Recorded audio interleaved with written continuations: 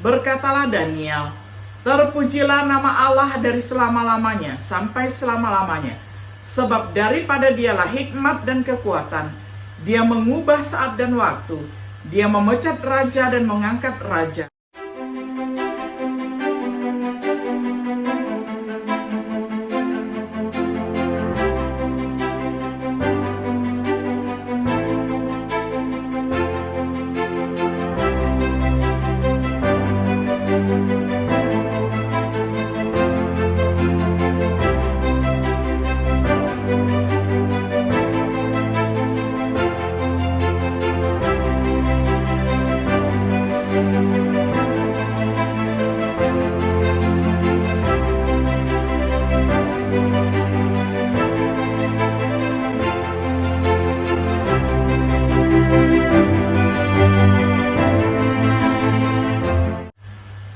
Shalom, sahabat Biblika yang dikasih oleh Tuhan. Senang sekali hari ini kita dapat berjumpa kembali di dalam acara refleksi sahabat Biblika. Pada hari ini kita tiba pada episode yang ke-22 di dalam serial pembahasan Kitab Roma dengan tema Kewajiban Orang Kristen Terhadap Pemerintah. Kita akan membaca firman Tuhan dari Roma pasal 13 ayat pertama hingga ayat yang ke-7. Saya akan bacakan untuk kita semuanya di dalam terjemahan sederhana Indonesia. Hendaklah kalian semua taat kepada pemerintah, karena tidak ada pejabat yang duduk dalam pemerintahan tanpa seizin Allah. Dan setiap pejabat yang sekarang memerintah ditetapkan oleh Allah. Jadi, setiap orang yang melawan pemerintah sebenarnya melawan ketetapan Allah. Dan orang yang melakukan hal seperti itu akan mendatangkan hukuman atas dirinya sendiri. Orang yang berbuat baik tidak perlu takut kepada pemerintah. Kalau kamu ingin bebas dari rasa takut kepada pemerintah, lakukanlah yang baik. Maka kamu akan mendapat pujian dari mereka yang memerintah. Karena para pejabat pemerintah adalah hamba-hamba Allah yang bekerja untuk melayani kepentingan kita. Tetapi kalau kamu berbuat jahat, maka mereka adalah hamba-hamba Allah yang bertugas untuk memberi hukuman. Dengan demikian tentu kamu perlu takut, karena kamu tidak bisa terhindar dari hukuman mereka. Jadi, sudah seharusnya kamu taat pada pemerintah karena kita tahu bahwa hal itu pantas dan benar di mata Allah. Bukan hanya karena takut dihukum. Karena alasan itu jugalah kita membayar pajak kepada pemerintah.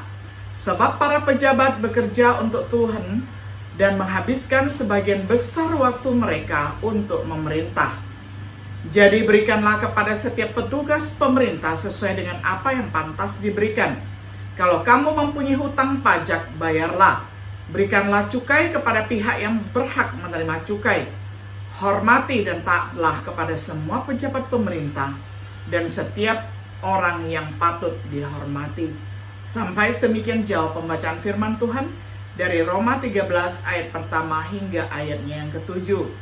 Sahabat Biblika yang dikasihi oleh Tuhan, orang Kristen diberkati untuk menjadi warga kerajaan kewarganegaraan surgawi.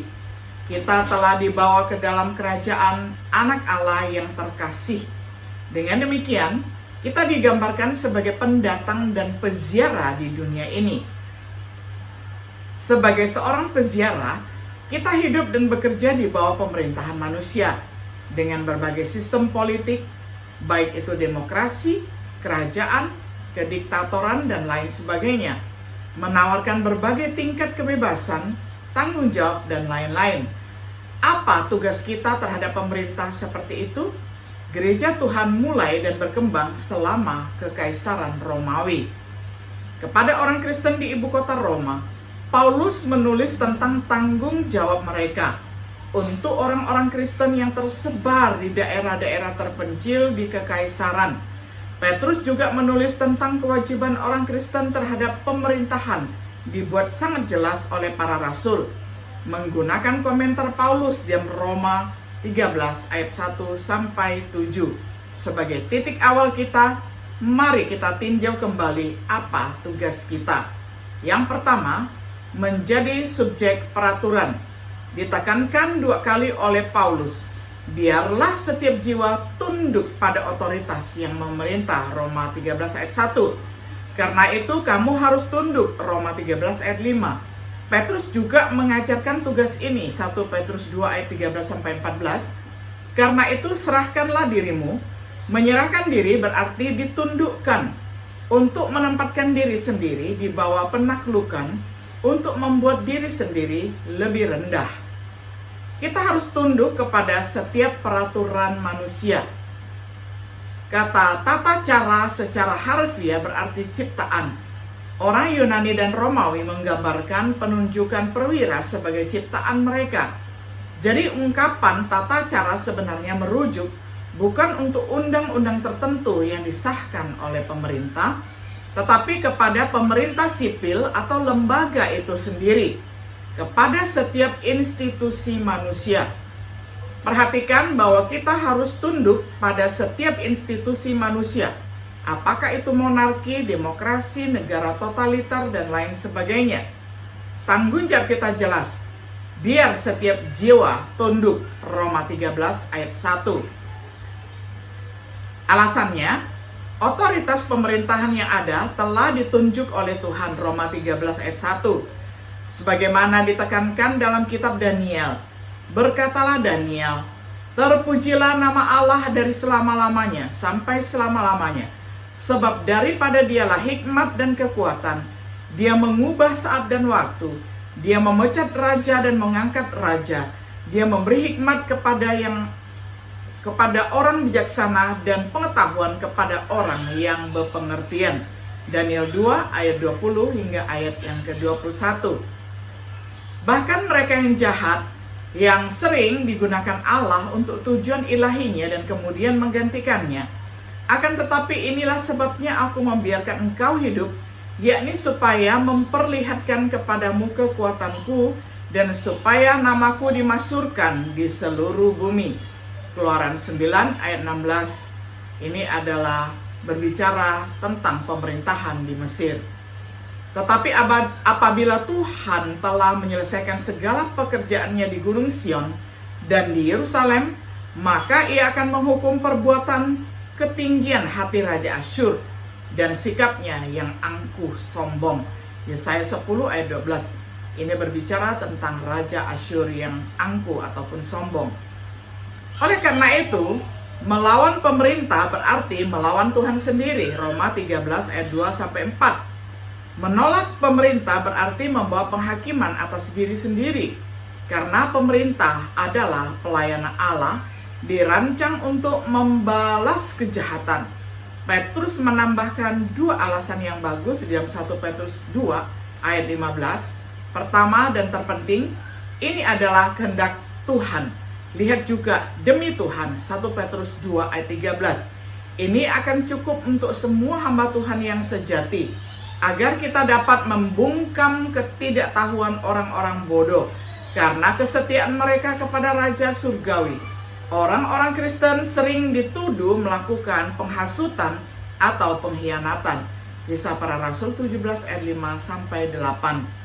Dengan berbuat baik, misalnya dengan mengirimkan ataupun mengutus, kita dapat membungkam mulut untuk mengabaikan tuduhan, untuk menghindari murka, dan memiliki hati nurani yang baik. Kamu harus tunduk, Roma 13 ayat 5. Pengecualian aturan, bukan kapanpun pemerintah menindas. Pertimbangkan pemerintah dan kondisi ketika Paulus dan Petrus menulis. Pemerintahnya otoriter, di bawah kekuasaan Nero sebagai kaisar yang jahat. Di bawah pemerintahan Nero, orang Kristen sangat menderita. 1 Petrus 4 ayat 12-13, pasal 5 ayat 8-9. Paulus dan Petrus akhirnya menjadi martir.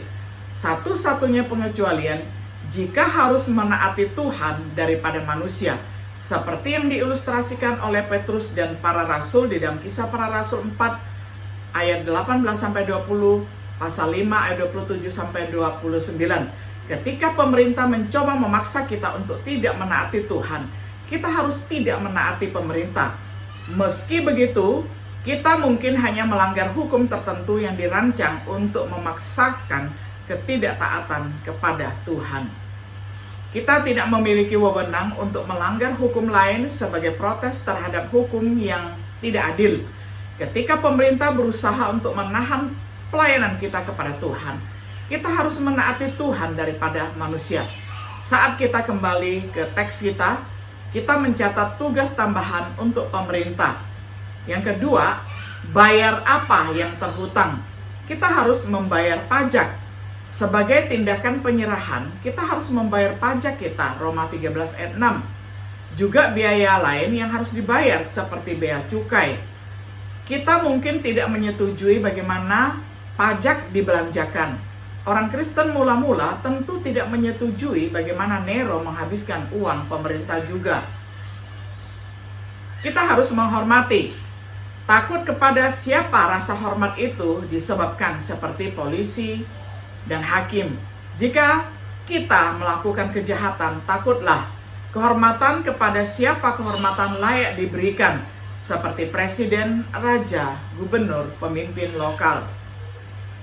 Untuk menghormati kantor pemerintahan, jika bukan untuk manusia, yakni pria ataupun perempuan, tugas kita tidak terbatas pada mereka yang sebagai pelaku politik atau pribadinya yang kita setujui.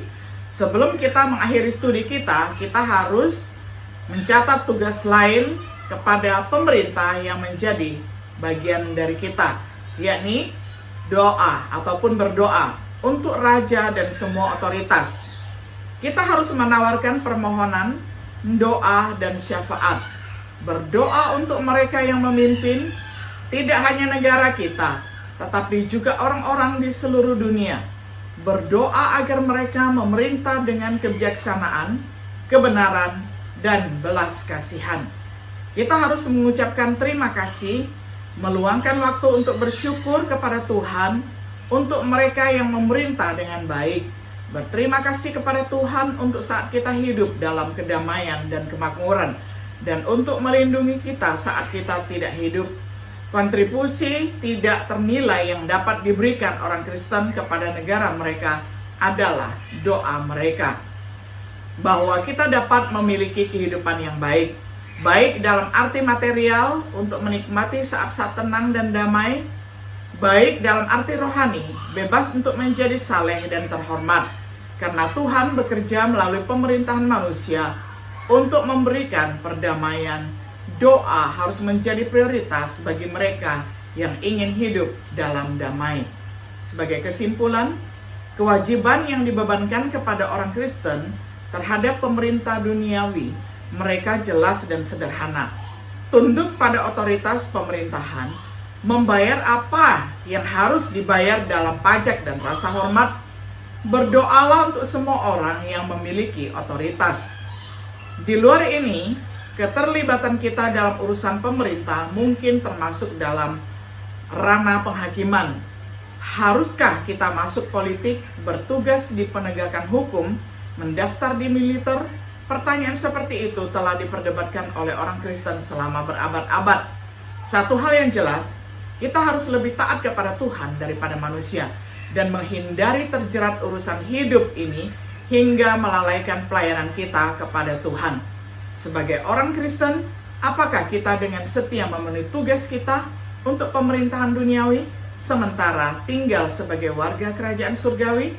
Sahabat Biblika yang dikasihi oleh Tuhan, kita adalah seorang Kristen yang memiliki dua kewarganegaraan, yakni warga negara surgawi dan juga warga negara yang ada di dunia ini. Oleh karena itu, kita melihat bahwa tugas dan kewajiban kita harus berjalan seiring. Apa yang menjadi tugas, tanggung jawab, dan kewajiban kita bagi Tuhan, lakukanlah itu. Dan apa yang menjadi tugas, tanggung jawab bagi pemerintah yang ada di hadapan kita, lakukanlah itu juga, agar hidup kita menjadi benar baik di hadapan Tuhan dan juga di hadapan manusia. Kiranya Tuhan Yesus memberi kita kesanggupan untuk menjalankan tugas kita sebagai warga negara yang baik. Tuhan Yesus memberkati kita semuanya. Shalom.